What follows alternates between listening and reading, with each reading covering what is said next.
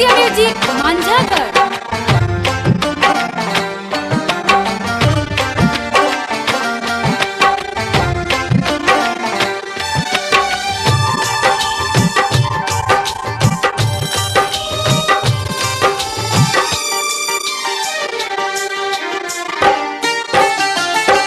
कौन भइल हम से गलतिया हो, कौन भइल हम से गलतिया हो, काहे बेटा से दूर जालू माई हो। मन भइल हमसे गलतिया हो, काहे बेटा से दूर जालो माई हो। कौन भइल हमसे गलतिया हो, काहे बेटा से दूर जालू माई हो। झर झर गिरे लोर अखिया से, बोल कैसे के करीबी दाई हो। कौन भइल हमसे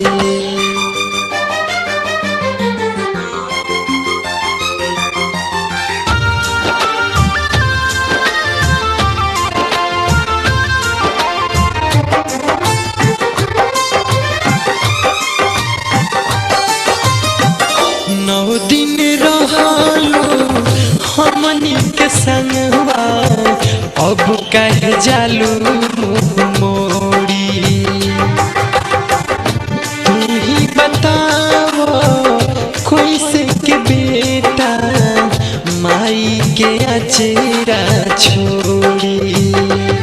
देखी तोहरे सूरत हम जियत रहनी, ऐसन प्रीत तू दिहालूला गाई हो।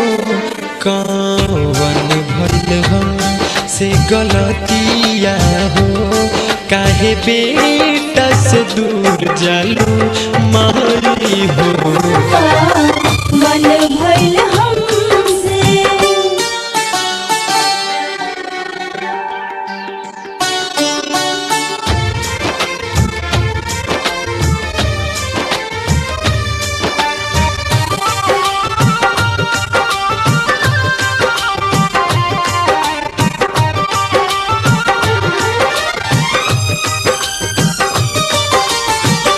जबले रहलू गह गह करे लोगावा से अंगना दुआर।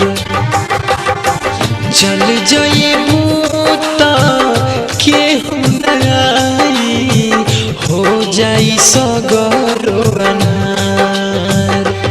थर थर कापे मोर बदनिया हो, बोल कैसे के मुरकी उठाई हो।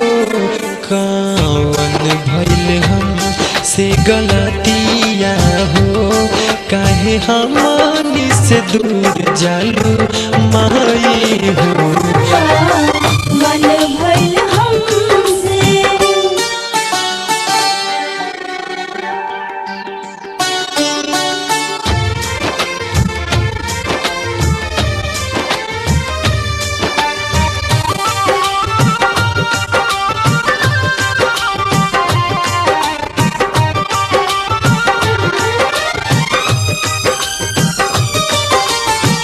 जल्दी आइए हाँ मनोज मतवाला, फिर से तोहाँ के बुलावे।